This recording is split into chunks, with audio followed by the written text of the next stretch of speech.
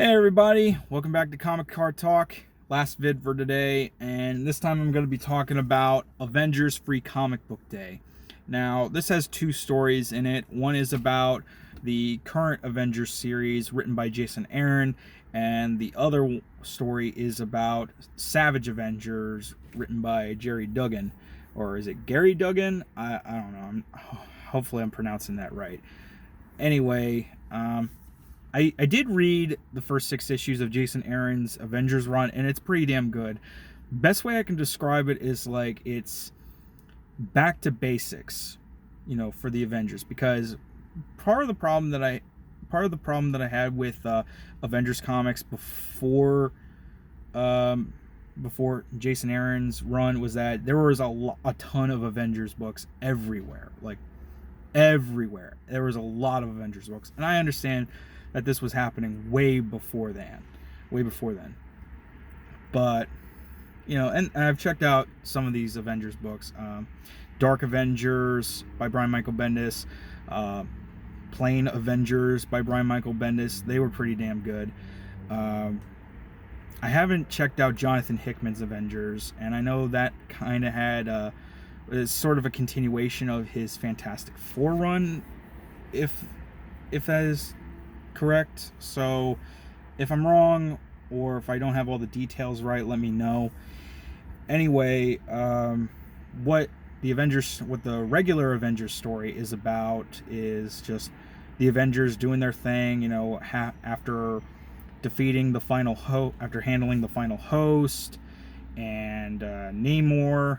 Now there's a bunch of stuff going on. There's a bunch of stuff going on in space. Namor is still doing his thing, protecting the seas, and America sent the Squadron Supreme after him, which is kind of funny because last I checked, the Squadron Supreme killed him as revenge for him destroying their world.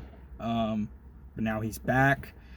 Yeah, or he's been back for a while, and yeah, what I like about Jason Aaron's Avengers is, yeah, like I said, it's a back to basics. It has a back to basics approach, but also updated. Like, the team is kept small, but you got to have some familiarity in order to get an audience interested. So you got some classic Avengers like Iron Man, Captain America, and Thor, and you got some other Avengers who have been a part of the team, but you don't see them as part of the team as often as before, like Black Panther, Doctor Strange, She-Hulk, and Carol Danvers. This time as Captain Marvel instead of Miss Marvel. And the newest members of the Avengers are one relatively new hero, the Robbie Reyes Ghost Rider, and Blade.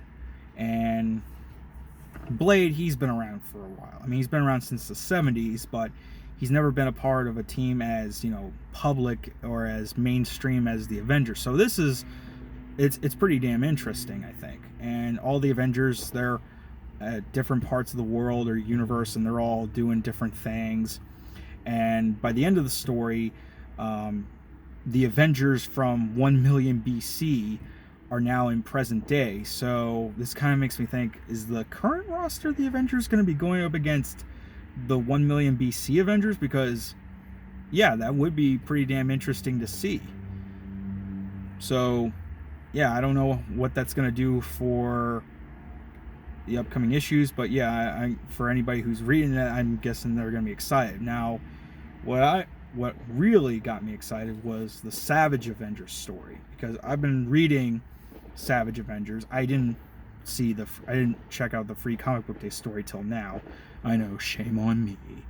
And I like Savage Avengers, or I like the kind of book that Savage Avengers is, which is, kind of a offbeat spin-off of sorts, if that makes any sense. It kind of has a weird premise, and it just runs with it, and it does pretty well at that. When I think of books like that, spin-offs that are part of a larger franchise, I think of stuff like, say like X-Force, or Justice League International or something like that. And Savage Avengers is kind of like that. And yeah, I know it's another Avengers book to add to the millions of other Avengers comics that have come out. But this Savage Avengers has Conan the Barbarian in it. And as well as other characters, other familiar Marvel characters. But yeah, it's got Conan the Barbarian in it. I mean, Conan the Barbarian, the Eddie Brock Venom, Punisher, Elektra, Dr. Voodoo, or is it Brother Voodoo, and Wolverine. Yeah, and all the characters in that team are, in their own way, savage. They're all killers, brutes, monsters, assassins.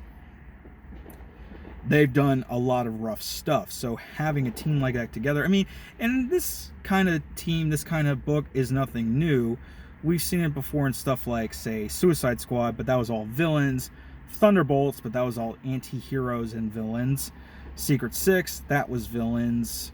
Dark Avengers, that was also villains, though Dark Avengers was also a Thunderbolts continuation book too. I don't know, it's kind of weird. So having a team of Avengers comprising of, somewhat brutish people it's pretty damn interesting idea, and it runs with it pretty well, I think. I like we've yet to see right now as of, I think, issue 2. I know issue 3 just came out. I haven't checked it out yet. Right now, not all the characters are together, which kind of irks me with a lot of team books. When you start out on the issue 1 cover, having all of them together on the cover, but they're not quite together yet. It's something that's bugged me since... It's an idea that's bugged me. That's a trait that's bugged me since Jeff Johns' New 52 Justice League. You got all those characters on the cover, but they're not all together in that issue. Why do that? I mean, I get it, you want to do a slow burn type story. That's fine. And if you're not going to have them all together in the comic, okay, that's fine too.